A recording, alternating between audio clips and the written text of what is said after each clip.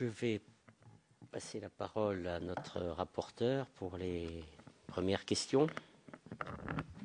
Bien, merci Monsieur le Président. Donc Monsieur Aujean, merci de cette introduction qui déjà ouvre des pistes et donne des informations intéressantes. Je voudrais que vous puissiez revenir de manière un peu plus détaillée sur l'un des ressorts de l'évasion fiscale, à savoir la concurrence fiscale existante. Donc, ne parlons pour l'instant que de l'Union européenne, puisqu'au sein de l'Union européenne, on le sait bien, nous sommes très loin d'une harmonisation qui devrait sans doute être un axe majeur dans l'action à mener dans les années qui viennent, parce qu'on entend bien que ce genre de choses ne se décrètent pas du jour au lendemain, mais je n'ai pas le sentiment, à l'heure qu'il est, mais peut-être pourrez-vous me contredire, que ce chantier soit engagé. Bon, j'ai en tête les déclarations de M. Cameron il y a quelque temps, qui annonçait que l'impôt sur les sociétés allait encore diminuer au Royaume-Uni très prochainement, les déclarations qu'il a pu avoir l'an dernier au moment de l'annonce de départ de certaines personnalités qu'il était prêt à accueillir, etc. Donc nous sommes clairement dans un contexte de concurrence exacerbée dans cette crise que nous vivons. Donc la concurrence fiscale, à l'évidence, c'est un ressort essentiel. Donc comment cette concurrence très concrètement se construit-elle? Quelle piste, selon vous, pourrait être engagée, explorée à partir d'aujourd'hui, en se fixant l'échéance à terme d'arriver effectivement, rêvons un peu, à un espace fiscalement harmonisé, ce qui pourrait dès lors supprimer toute velléité d'évasion. Voilà. Quelle est votre vue sur ces sujets, dans la mesure où aujourd'hui, encore une fois, j'ai le sentiment que l'Union européenne n'a pas pris à bras-le-corps ce sujet dans toute sa diversité. Voilà une première question, s'il vous plaît. Oui. Je vais en même temps, là aussi, répondre à d'autres questions qui s'imbriquent dans cette question. Tout d'abord, la concurrence fiscale à l'intérieur de l'Union européenne, elle apparaît effectivement pratiquement plus forte à l'intérieur que vis-à-vis du reste du monde. Si vous regardez les graphiques d'évolution des taux d'imposition des sociétés, vous vous rendez compte que les taux en question, en moyenne, que ce soit dans la zone euro ou plus encore à 27, ont au cours des 20 dernières années beaucoup plus baissé dans notre zone que vis-à-vis des États-Unis, du Japon ou des autres pays membres de l'OCDE, non membres de l'Union européenne. Si vous le souhaitez, j'ai des graphiques que je pourrais vous communiquer à cet égard qui sont tout à fait révélateurs. Oui, bien volontiers, oui. Et qui donnent ce sentiment que, finalement, la concurrence fiscale est avant tout un problème intra-européen, ce qui est préoccupant en soi, parce que ça met en cause, finalement, pratiquement, notre façon d'aborder ce problème et notre organisation institutionnelle pour le traiter. Dans ce cadre, je l'ai déjà dit tout à l'heure, mais je le répète, les petits pays, les pays du Benelux, par exemple, pour ne pas les nommer, sont des acteurs particulièrement actifs, qui ont toujours utilisé cette façon de contrebalancer ce qu'ils appelaient justement la position difficile des petits pays. C'est-à-dire le fait que, ne disposant pas d'un grand marché domestique, ils sont obligés de se lancer dans des activités au-delà des frontières et il leur est difficile d'absorber notamment les pertes fiscales dues au fait qu'on lance des nouvelles activités de l'autre côté des frontières parce qu'il n'y a pas de compensation transfrontalière des pertes aujourd'hui au niveau européen. Et par conséquent, le meilleur moyen pour essayer de limiter les conséquences, c'est de devenir particulièrement attractif par ailleurs et d'attirer soit les activités, soit encore plus souvent simplement les assiettes. Donc on a là un problème sérieux en matière de concurrence fiscale. Que faire? Personnellement, je suis persuadé que la seule solution de fond, c'est effectivement l'adoption de l'ACCIS ou quelque chose de similaire. C'est la raison pour laquelle on a développé cette approche. J'ai travaillé 10 ans, moi, sur l'ACCIS, donc je peux vous en parler avec beaucoup d'affection, je dirais. Et c'est en même temps un projet qui a un double mérite, c'est-à-dire que en associant assiette unique et consolidation, il attire les entreprises puisqu'il leur apporte une simplification importante et leur assure de n'être taxés que sur le profit net, c'est-à-dire sur justement un profit où la compensation pertes et profits a été réalisée par la consolidation. Donc c'est une assurance forte. Pas de double taxation en quelque sorte, pas de taxation d'un profit d'un côté et de non-déduction des pertes de l'autre. C'est ce qui a déclenché l'intérêt des entreprises pour cette approche qui a été confirmée par la représentation des entreprises au sein de Business Europe. Il ne faut pas oublier que le Business Europe a soutenu depuis le début cette approche et continue de la soutenir. En même temps, en mettant en place une répartition de l'assiette par une formule à 3 facteurs, l'Axis répond à la plupart des critiques sérieuses sur le besoin de changer de système fiscal. C'est-à-dire, elle répond à la critique que l'on trouve dans le projet BEPS de l'OCDE du découplage croissant entre le lieu où les entreprises exercent leurs activités et investissent et le lieu où les bénéfices sont déclarés à des fins fiscales. Tout ceci est résolu par l'intermédiaire d'une façon de répartir l'assiette qui ne se fait plus par les prix de transfert et par le traitement de chaque entité comme si elle était indépendante, mais par une considération du groupe d'entreprises qui a, dans une assiette unique commune, une formule qui lui permet de répartir son activité et ses profits sur les différents territoires. Donc, pour moi, c'est la seule solution d'avenir. Malheureusement, ce projet n'avance pas. Je dirais même pire, récemment, le groupe des questions fiscales du Conseil, si j'ai bien compris, a à peu près trouvé un accord pour conclure que dans un premier temps, on va se limiter à discuter de l'harmonisation de l'assiette. Consolidation, répartition sont maintenant mis de côté. Ce qui signifie que la partie essentielle du dispositif qui nous permettrait de changer la nature du système d'imposition des sociétés ne va pas se produire. S'il y a accord sur un tel projet à terme, comment expliquez-vous les difficultés concrètes rencontrées dans sa mise en œuvre? Alors, c'est une révolution. Même si vous pouvez voir dans certains sites de gens que vous avez d'ailleurs invités, notamment les gens de Tax Justice Network, qu'il s'agit d'une évolution calculée plus que d'une révolution, je crois que c'est quand même perçu, notamment par les administrations fiscales, mais aussi par une partie des entreprises, comme une révolution. Ça change complètement leur façon d'aborder l'activité des groupes pour les entreprises et le contrôle pour les administrations. Donc cette révolution va très loin et elle n'est pas sans problème. Mais ces problèmes, malheureusement, nous n'avons pas pu les analyser dans toute leur complexité et tous leurs détails techniques, parce que là, il nous fallait la coopération des États membres. Tant qu'on n'a pas accès aux recettes, par exemple, et aux profits déclarés par les différentes sociétés pour pouvoir faire des simulations qui soient effectivement solides, on n'est pas en mesure d'évaluer toutes les conséquences de l'Axis. Et certaines conséquences peuvent nous avoir échappé.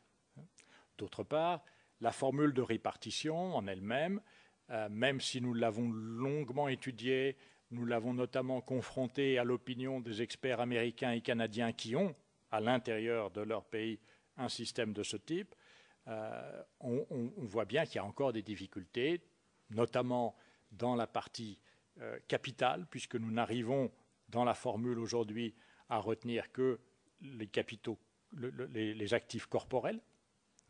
Donc on a le même problème d'incorporel qui existe au niveau des prix de transfert. Il faudrait lui trouver une solution. Et deuxièmement, au niveau des ventes. Je rejoins en cela les discussions actuelles, le rapport Colin, etc. Idéalement, avec l'Axis, les ventes de Google en France seraient saisies dans la formule de répartition, puisque Google a un établissement stable en France. Cet établissement stable est celui par lequel les ventes à destination des clients sur le territoire français seraient recensées et par conséquent incluses dans la répartition, ce qui changerait considérablement l'assiette de la taxe payée par Google en France. À condition que, évidemment, on accepte ce critère de vente à destination tel que nous l'avons défini, et d'autre part, à condition que Google continue d'avoir cet établissement stable en France, ce qui est encore une question qu'on peut se poser, et c'est là qu'on rejoint effectivement la problématique Colin-Colin. Donc, un ensemble d'incertitudes, d'une part, des réticences face à une révolution, voilà ce qui explique aujourd'hui que les États membres soient si peu actifs pour faire avancer ce projet. J'ajouterais peut-être juste un dernier point. Je suis surpris que la Commission, qui vient de sortir 3 communications sur la lutte contre l'évasion fiscale, mette en avant un certain nombre de mesures dont je vois bien, et vous avez certainement vu ces textes, vous voyez bien la logique, mais qui apparaissent plutôt dans une sorte de shopping list de mesures, sans qu'on ne voit véritablement une stratégie fiscale d'ensemble, et dans lequel l'AXIS a pratiquement disparu. Alors que, dans mon esprit en tout cas, l'AXIS est la solution à probablement plus de la moitié des problèmes posés par aujourd'hui l'évasion fiscale. Quelle est la position officielle, entre guillemets, de la France sur l'AXIS? Est-ce qu'elle est maximaliste ou plutôt vers un compromis? Quelle est la position de ce point de vue? Alors, je dois vous avouer que personnellement, j'ai été assez déçu de l'attitude française. J'ai été déçu, disons que dans une première période, je pensais que nous avions fait suffisamment de progrès dans la compréhension du projet pour que le soutien de la France soit fort. Et c'est vrai qu'en 2008, pendant la présidence française, la présidence française avait l'intention de faire avancer l'AXIS. Et là, l'acteur à blâmer est plutôt la Commission, qui n'a pas été capable de présenter une proposition en 2008 comme elle l'avait mis dans son programme de travail. Donc la France n'a pas pu débattre de l'AXIS, n'a pas pu apporter son soutien à ce moment-là. Mais depuis lors, j'ai le sentiment que nous sommes plutôt dans une phase de ronron et non pas de pression utile pour faire avancer ce projet. C'est un projet difficile. Il ne verra le jour que si la France, l'Allemagne, l'Italie, l'Espagne, qui ont soutenu les travaux dans le passé, se mettent ensemble, comme elles viennent de le faire sur l'échange automatique d'informations, pour faire pression et faire progresser ce projet. Ces 4 pays représentent 60% du PIB de l'Union européenne. J'ai encore 2-3 questions. Oui, vous avez évoqué, M. Aujean, les incorporels. Est-ce que vous avez une idée d'une estimation des flux concernés et donc conséquemment du niveau d'imposition que ça pourrait représenter pour notre pays? Non, là malheureusement je ne peux pas vous aider. Je n'ai aucune idée. Je n'ai aucune idée. Je n'ai que les références habituelles au fait que le commerce intra-groupe représente environ 70% du commerce total au sein de l'Union, etc. Ensuite, bon, vous savez que notre commission s'intéresse au rôle des banques et des acteurs financiers au sens large. Quel vous semble être le rôle des opérations financières dans les pratiques d'optimisation fiscale des entreprises, des grands groupes notamment, des individus aussi? Et avez-vous examiné le rôle des financements donc intra-groupes que vous venez d'évoquer et des gestions financières des groupes dans les schémas fiscaux que l'on décrit comme agressifs? Alors, malheureusement, là aussi, je n'ai pas beaucoup d'éléments à vous donner. J'ai finalement personnellement assez peu travaillé avec les opérateurs bancaires et financiers. Je l'ai plus fait dans des optiques fiscalité de l'épargne ou TVA sur les opérations financières que dans une optique spécifique optimisation, et donc je n'ai pas beaucoup d'évidence. Alors, je reviens sur deux points que vous avez évoqués dans votre propos, à savoir les produits hybrides d'une part et les revenus passifs. Nous sommes très curieux et demandeurs des techniques relatives au processus qu'on est en train d'investiguer. Est-ce que vous pourriez nous détailler un peu plus en détail, s'il vous plaît, les techniques relatives aux produits hybrides et aux revenus passifs dans un premier temps? Et puis également l'utilisation par les opérateurs, au sens large, des conventions fiscales afin d'éliminer ou au moins de réduire la charge fiscale. Quels sont les procédés? Nous sommes également très, très à l'affût des techniques mises en œuvre. Alors, là encore, je crains que je vais vous décevoir parce que je suis économiste de formation, j'ai donc une approche plutôt économique des systèmes fiscaux et je n'ai pas véritablement de pratique dans les domaines qui vous intéressent. Ce que je vois, c'est qu'effectivement, à l'intérieur de l'Union, il y a, je crois, quelque chose comme plus de 60 situations hybrides, c'est-à-dire qui sont considérées d'un côté comme étant, par exemple, imposables à l'impôt sur les sociétés et de l'autre côté, imposables à l'impôt sur le revenu des personnes physiques. Quand je parle de côté, je parle de deux États membres différents. Ce qui fait que, en jouant habilement sur ces deux caractérisations différentes, eh bien, effectivement, on n'est imposé nulle part. Donc, ma connaissance des hybrides ne va pas beaucoup plus loin que ça. Oui, monsieur, je vais me permettre un petit peu de déplacer ma question personnelle sur un autre terrain sur lequel vous êtes tout aussi spécialiste que sur le premier. Quand on a en charge dans un grand cabinet d'avocats le pôle intitulé Prospective fiscale et stratégie d'entreprise, quelle ingénierie on vend à ses clients?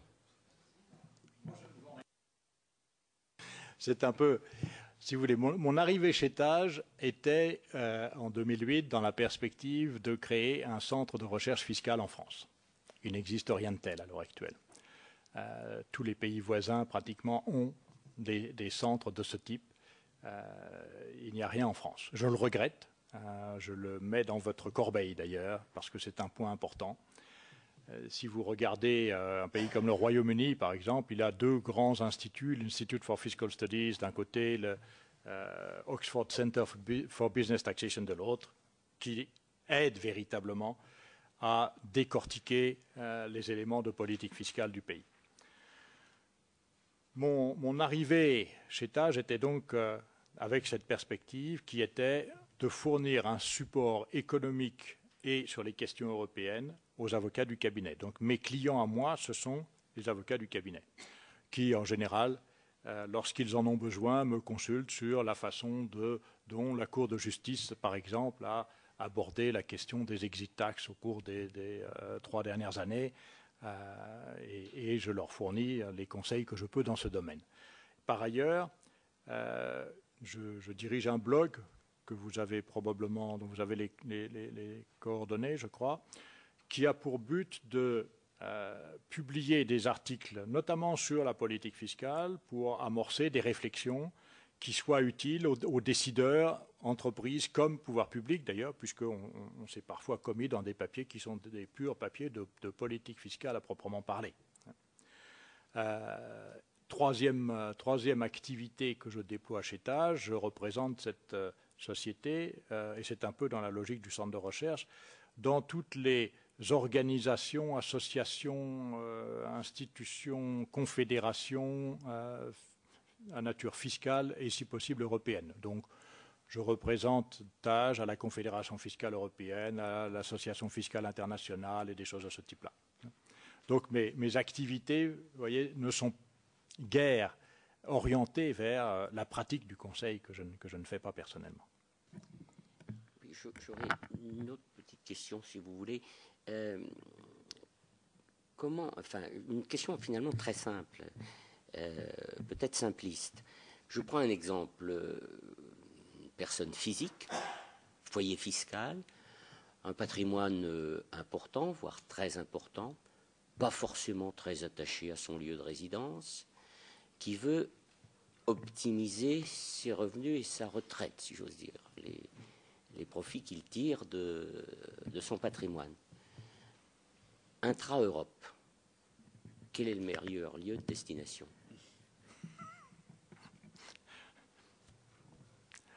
Je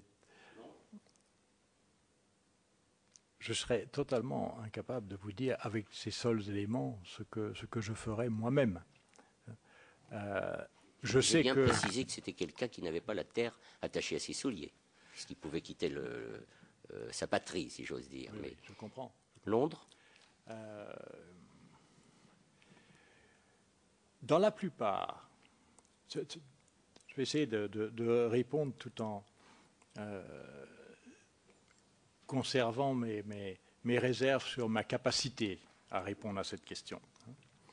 Dans la plupart des pays voisins, finalement, l'activité est relativement fortement et beaucoup plus fortement taxée en général qu'en France. C'est le cas en Belgique, on a beaucoup parlé de la Belgique récemment. Si vous avez des revenus d'activité, n'allez pas en Belgique.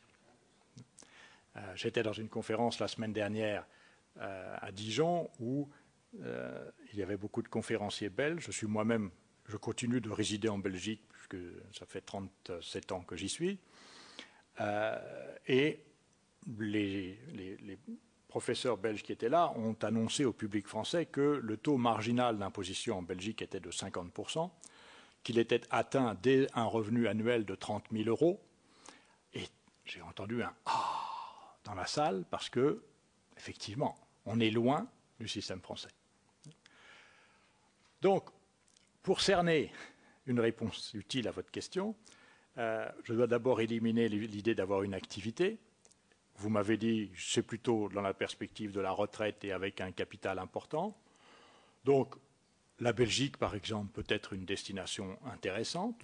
On n'y impose pas les plus-values. Mais il faut, là encore, faire attention. Les droits de succession sont beaucoup plus élevés, contrairement d'ailleurs à ce qu'on a raconté en France lors de mouvements de personnes récents. Les droits de succession sont beaucoup plus élevés en Belgique qu'en France si vous n'avez pas pris la précaution de structurer votre capital pour effectivement le préserver des droits de succession. Donc vous voyez, il n'y a pas une situation facile à détecter qui soit uniformément conseillable à qui que ce soit. Oui, après l'optimisation, il faut faire de l'orfèvrerie fiscale, en quelque sorte. Oui. Probablement. Mais dans tout cela, si vous voulez, nous sommes dans la légalité. Et nous sommes donc ici au cœur de vos autres questions, c'est-à-dire essayer de voir comment faire la différence entre... Alors vous m'avez posé une question sur optimisation versus évasion. Bon.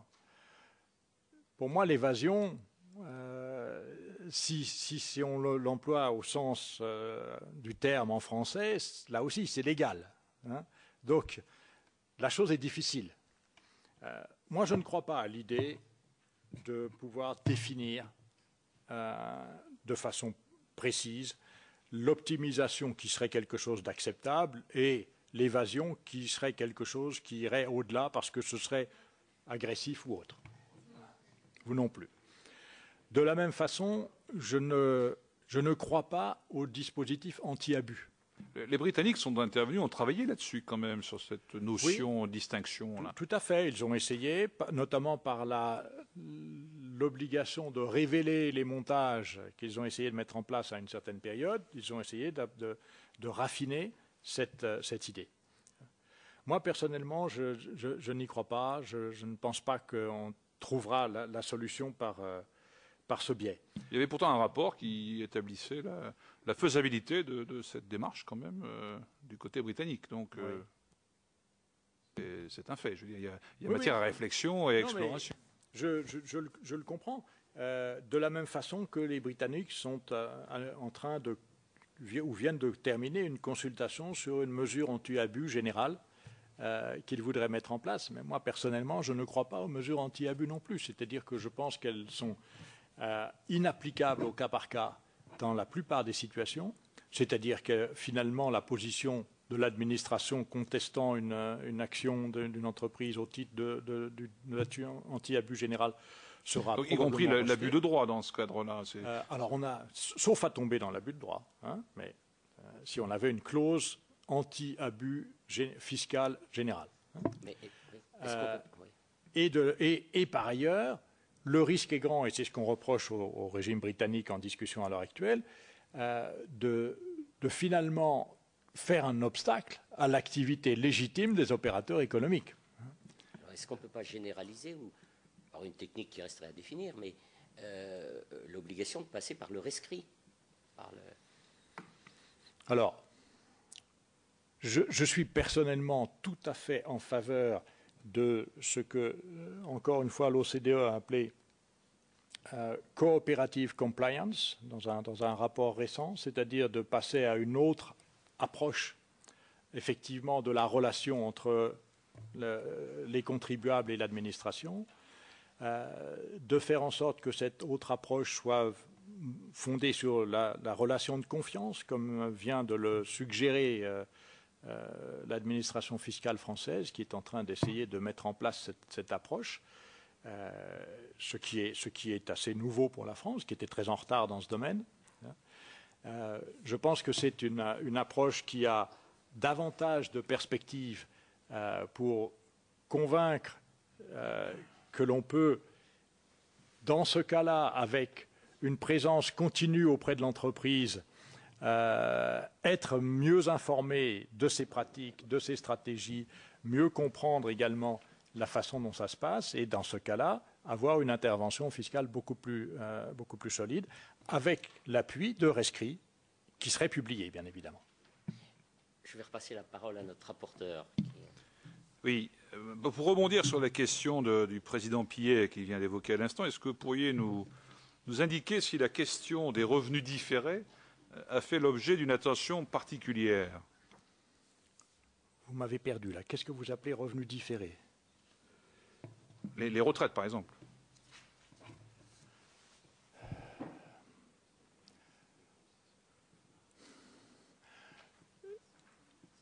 Non, au niveau européen, vous voulez dire bon, la seule attention que l'on ait portée à ce domaine, elle était effectivement dans le cadre de ce qu'on appelait les pensions complémentaires obligatoires.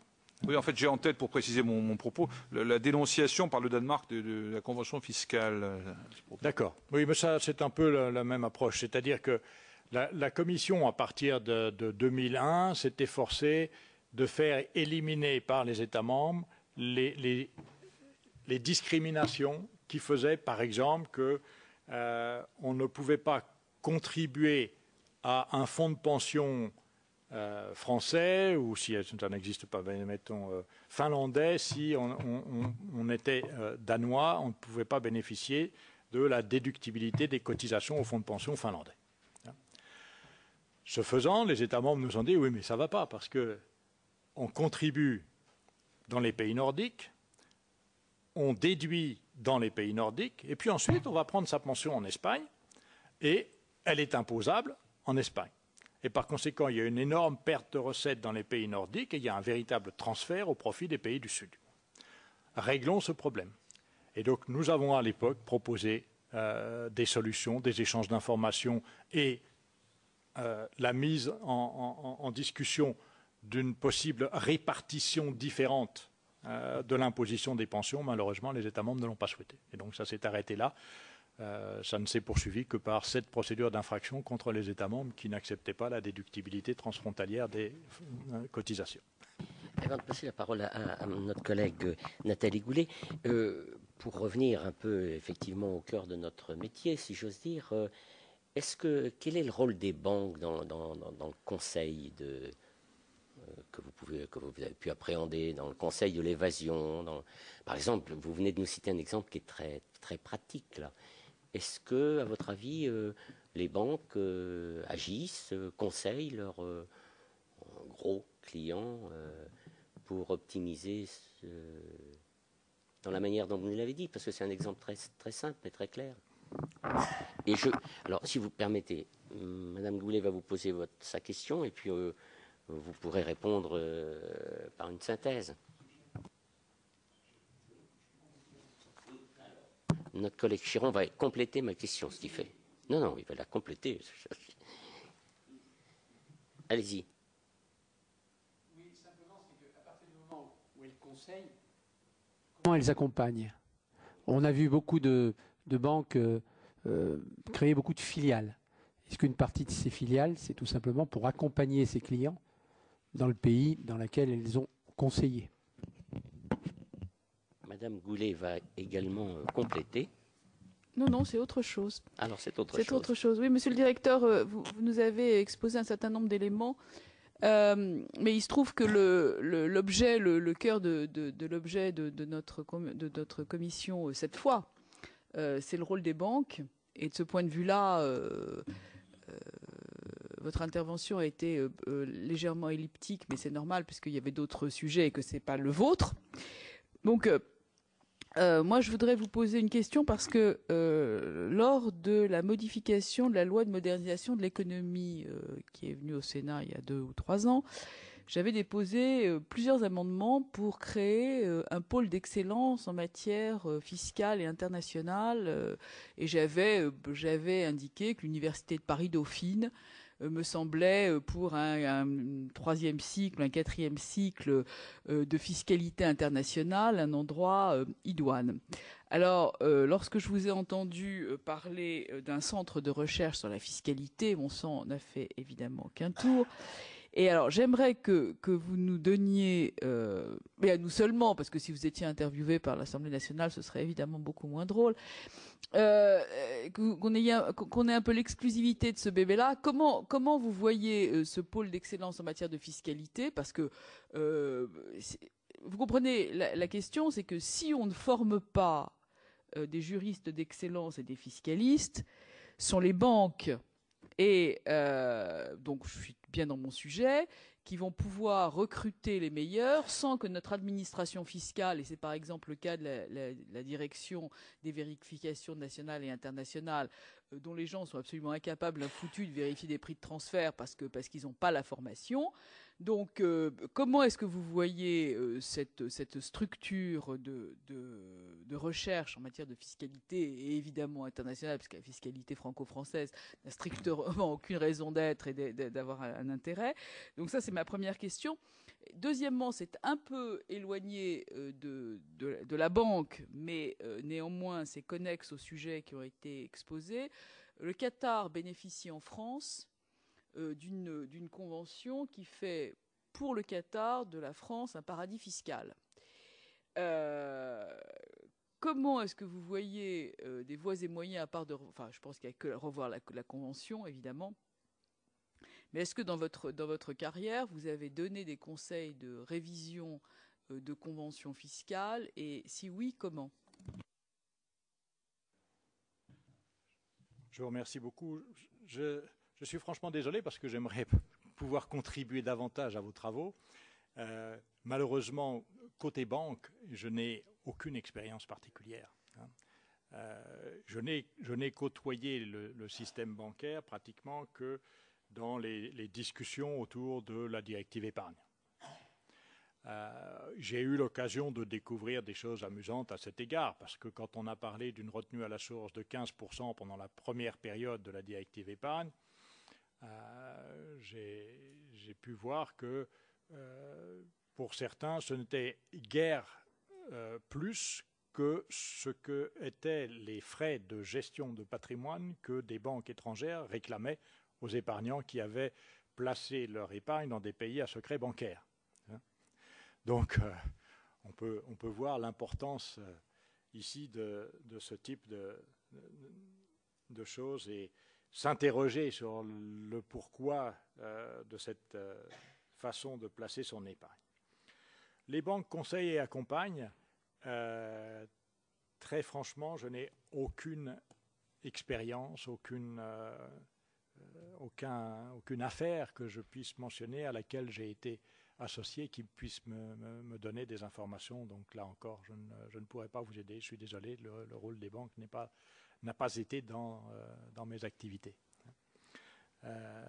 Et pour répondre à votre dernière question, j'ai effectivement été en contact avec l'Université Dauphine parce que nous avions envisagé de créer ce centre que j'ai mentionné, notamment en commençant par la création d'une chaire de fiscalité à Dauphine. Donc c'est un projet dont j'ai eu l'occasion de discuter qui, pour l'instant, me semble dormir, mais je le reprendrai volontiers. Vous pouvez faire confiance à cette commission, monsieur le directeur, je pense que ça va prospérer. Et pour compléter cela, le centre d'Oxford, par exemple, qui me paraît aujourd'hui être un excellent modèle parce qu'il a réussi à dépasser le stade où il était subventionné pour pouvoir survivre, et il est arrivé maintenant à avoir sa propre autonomie financière. Au départ, c'est une initiative conjointe du Club des 100, c'est-à-dire les 100 plus grosses entreprises britanniques, qui, à titre principal, ont véritablement porté le projet, avec le Trésor britannique et les milieux universitaires. Et en bonne procédure, ils ont publié un appel d'offres. Cet appel d'offres a été remporté par Oxford, et c'est Oxford qui a ainsi créé ce centre, qui a été donc au départ élaboré sur un financement tripartite, et puis qui est petit à petit est parvenu à voler de ses propres ailes, et qui produit aujourd'hui une excellente littérature sur le sujet fiscal. Je vous propose de redonner la parole à notre rapporteur pour quelques précisions, quelques questions, et éventuellement, si certains se ravisent, j'en vois déjà un, donc peut-être nous allons passer d'abord à notre collègue Chiron. Oui, vous avez parlé d'échange, excusez-moi, à un moment donné, entre l'administration fiscale et les entreprises. Est-ce qu'il vous semblerait utile que les schémas fiscaux qui sont proposés par les fiscalistes je dirais, lorsqu'elles dépassent un certain niveau, ces schémas fiscaux puissent être, d'une certaine façon, soumis, échangés entre l'administration et ses fiscalistes, d'une façon un peu automatique, pour qu'on reste sur de l'optimisation et qu'on ne passe pas à autre chose. Voilà, c'est un peu la... Alors, comme je l'ai indiqué au secrétariat, je vous enverrai ma contribution écrite sur toutes les questions, n'importe comment. Ici, j'ai replacé cette question, qui est question 15, à la suite de la question 14, qui elle-même s'interroge sur les moyens de l'autorité du législateur fiscal en France.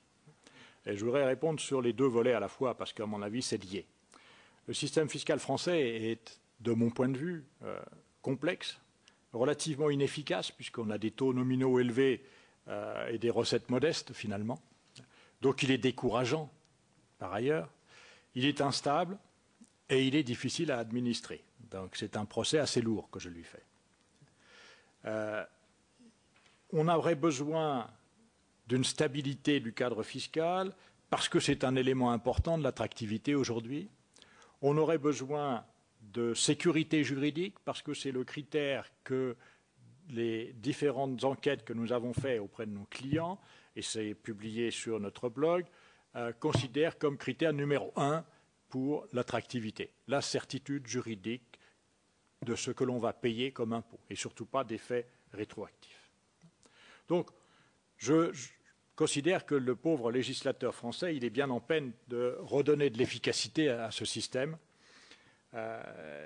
Certes, on peut imaginer, il y a des cas de pays qui ont choisi une attractivité fondée sur une assiette étroite, des niches, un taux effectif faible, mais ce n'est pas ce que la sagesse conventionnelle recommande aujourd'hui.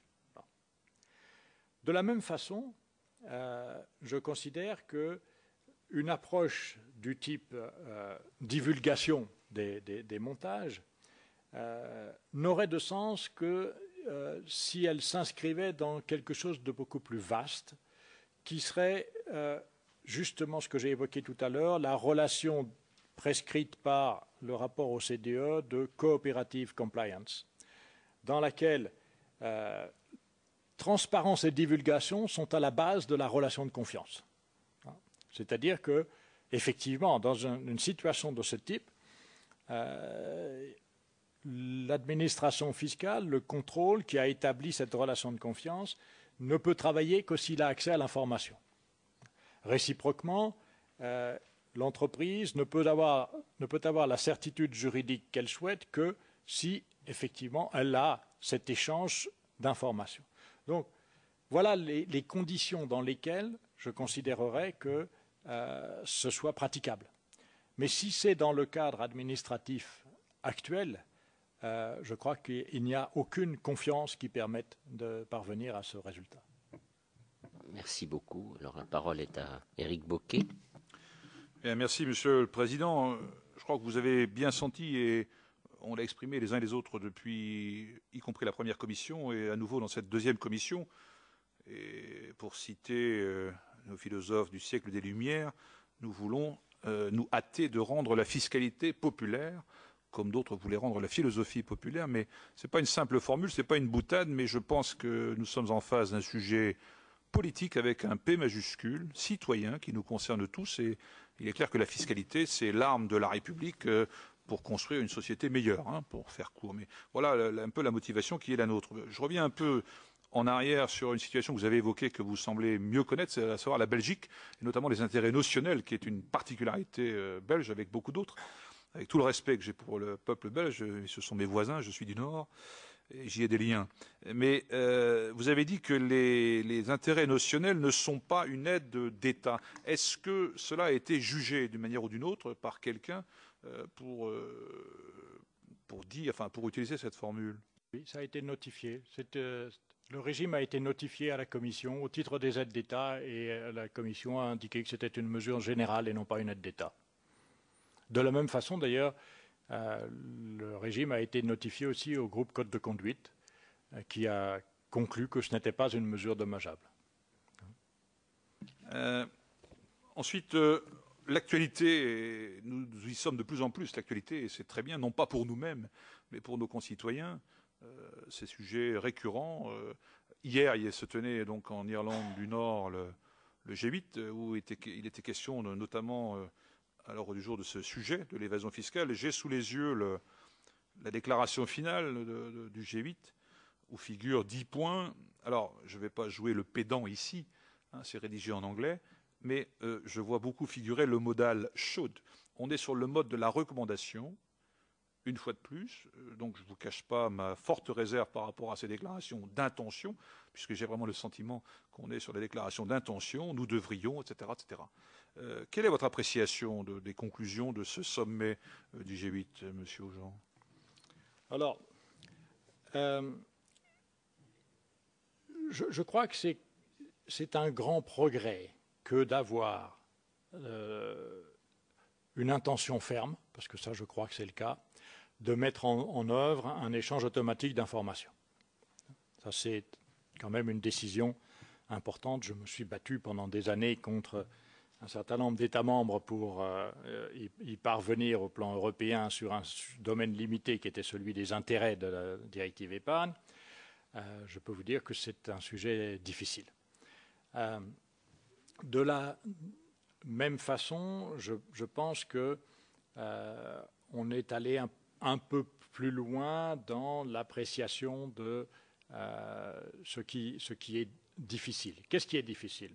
Ce sont certains moyens de rendre l'échange automatique pratiquement inutile, c'est-à-dire les sociétés écrans, les trusts, pour lesquels il n'y a pas aujourd'hui l'information derrière les écrans, derrière les trusts, de quelle est finalement la personne qui est le contribuable que l'on doit viser.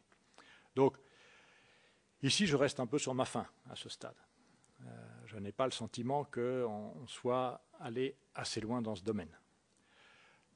Deuxièmement, en ce qui concerne les difficultés que je perçois, la directive épargne fait de l'échange automatique d'informations parce qu'elle a été au départ conçue pour définir une catégorie de revenus, les intérêts au sens large, qui font l'objet d'échanges d'informations. Et il y a toute une partie de la directive qui est consacrée aux articles permettant de définir ce champ d'application. Je crains que sans une telle définition au niveau international, on aura beaucoup de mal à faire de l'échange d'informations parce qu'on ne saura pas ce qu'on échange. Et donc le fisc qui recevra l'information, comme c'est déjà parfois le cas d'ailleurs même au niveau européen, ne saura pas toujours si ce qu'il a reçu comme information, c'est le montant du capital sous forme d'une SICAV par exemple, ou le montant de la plus-value réalisée au cours de l'année sur cette SICAV. Un cas récent m'a montré que l'administration belge, qui ne taxe pas les plus-values, qui par conséquent n'a pas l'habitude de ce genre d'information, a fourni une information à l'administration française et l'administration française a pensé qu'on lui communiquait le montant de la plus-value alors qu'on lui communiquait le montant du capital total. Donc ce genre de choses va nécessiter un gros travail d'harmonisation des définitions, du champ d'application, de l'échange d'informations avant de pouvoir le rendre opérationnel. Je sais que l'OCDE a l'intention d'y travailler. Je leur souhaite bonne chance parce que c'est assez complexe. Mais sans cela, on n'aura pas un échange efficace. Dernière chose, Monsieur le Président, avec votre permission. Vous avez évoqué le code de conduite, donc c'est un sujet que je ne connais pas du tout, j'avoue mon ignorance. Est-ce que vous pourriez nous dire exactement de qui émane cette initiative, de quand ça date, quel était son contenu, que disait le code de conduite, et est-ce que véritablement c'est selon vous l'arme efficace absolue pour régler le problème, ou est-ce qu'il faut être plus contraignant que cela? Alors, le code de conduite résulte d'un paquet de mesures adopté en 1997 par le ministre des Finances, à 15 à l'époque, et étendu aux 12 nouveaux États membres ensuite. Il définit ce qu'on peut appeler une concurrence fiscale dommageable, à l'aide de deux principes. Le premier principe, c'est que c'est une mesure qui procure un taux effectif d'imposition inférieur au taux normal applicable dans le pays. Donc, imaginons les centres de coordination belges. On avait calculé qu'ils parvenaient à abaisser le taux d'imposition en Belgique, qui était de 34%, à peu près un taux effectif de 7%. Donc, voilà une mesure qui était potentiellement dommageable. Et ensuite, un deuxième principe qui consistait à passer la mesure au crible de 5 critères. Est-ce que la mesure est réservée aux non-résidents ? Est-ce que la mesure est cantonnée, c'est-à-dire que, étant réservée aux non-résidents, les résidents n'y ont pas accès, donc l'État ne perd pas bêtement des recettes à donner des avantages à des gens qui sont déjà chez lui, il veut attirer les non-résidents et ne s'occupe pas des résidents. C'est typiquement ici ce que l'on a pu voir du régime des intérêts notionnels belges. L'idée est que ça va coûter pratiquement rien à la Belgique parce que c'est les autres qui vont payer. Le troisième critère, c'est est-ce qu'il y a une activité économique réelle ou pas de la part de l'entreprise ou du régime visant les entreprises en question. Quatrième critère, est-ce que les prix de transfert sont appliqués de façon conforme aux principes de l'OCDE? Et cinquième critère, est-ce que la mesure est transparente ou est-ce que c'est un ruling non publié? Donc, on passait en revue les mesures qui nous semblaient dommageables et la Commission avait été chargée par le Conseil de faire un premier examen.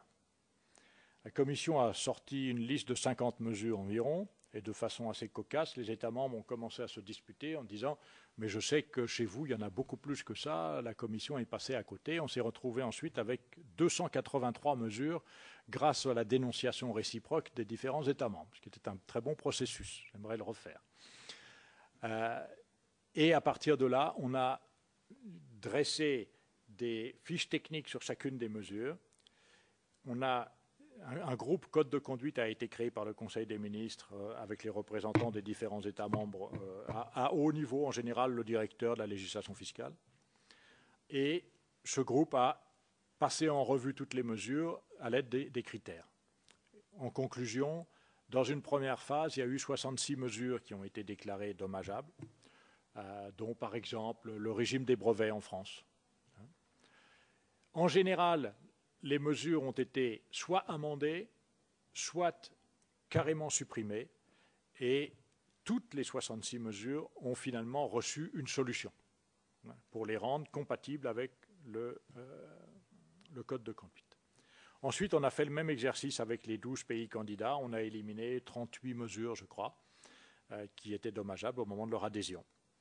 Et depuis 2005, pratiquement, le Code se consacre essentiellement à deux choses. D'une part, l'examen des nouvelles mesures, parce qu'il y a dans le Code une clause de gel aucun État membre n'a le droit d'introduire de nouvelles mesures dommageables sans les avoir notifiées au groupe.